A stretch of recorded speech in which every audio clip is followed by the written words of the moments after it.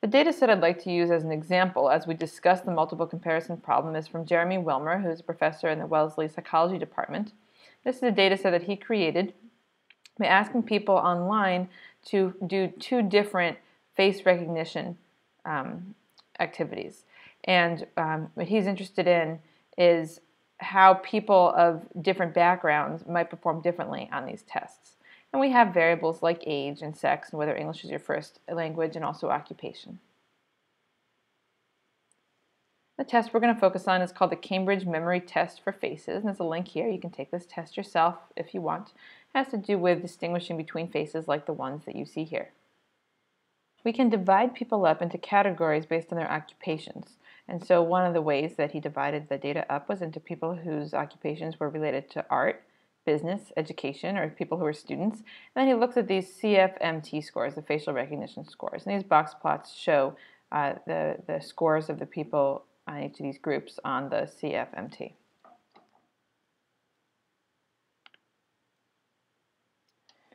So let's look at that another way. This top table right here shows the means from each of those pictures in the previous slide. If we go back to the previous slide just for a moment, we can see that the artists seem to have slightly higher scores than the business people, than the education people, and the students. These box plots are ordered here in terms of the data that was observed.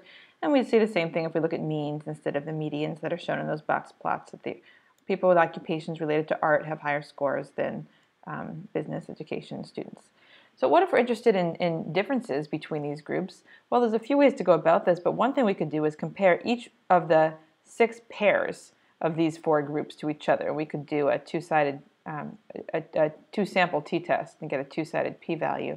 So that's what's shown in this table down here. We have art versus business. We do a two-sample t-test comparing those two groups, and the p-value we get is 0.312.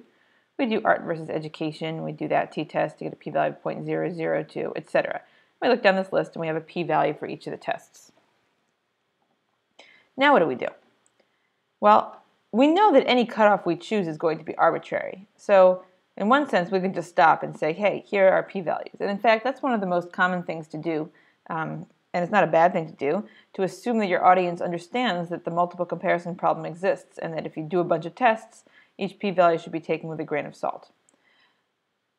If we did want to make a decision for each of these tests and we used a 0.05 cutoff, then these 4 tests would involve rejecting the nulls. So we'd say that art is different than education, art is different than student, business is different than education, business is different than student.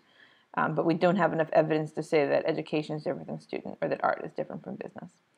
So we could do that. The problem is that the more tests we do, the more likely it is that some of the very low p-values are going to happen just by chance. And so it's probably not proper to actually reject all 4 of these nulls. This one in particular, business versus education, has a p-value just below that arbitrary 0.05 cutoff. What would happen if we try to use a method that takes into account the fact that we did so many tests? That's what we'll build toward. Here's the same thing, but in addition to showing the p-values, I'm also showing the confidence intervals. And here you can see the correspondence between confidence intervals and hypothesis tests. If we have 95% confidence intervals, then those intervals will cover the true value with 0.95 probability. Here I'm showing the confidence intervals that go along with each of these t-tests, and we can see the correspondence between the 95% confidence intervals and the t-tests. The intervals that cover 0 are the same tests where the p-value is greater than 0.05. The intervals that exclude 0 are the same tests where the confidence interval, where the p-value is less than 0.05. And you can see this one is borderline and the interval just ends right before the 0. In other words, if we look at a confidence interval and see whether it covers 0, whether 0 is one of the values in the interval, we'll know whether the corresponding hypothesis test would have told us to reject 0 or not. If the interval covers 0, that means we would not have enough evidence to reject 0. If the interval does not cover 0, that means we do not have enough. And we do have evidence to reject the null hypothesis of 0 difference. And 95% intervals correspond to t-test with 0.05 cutoffs.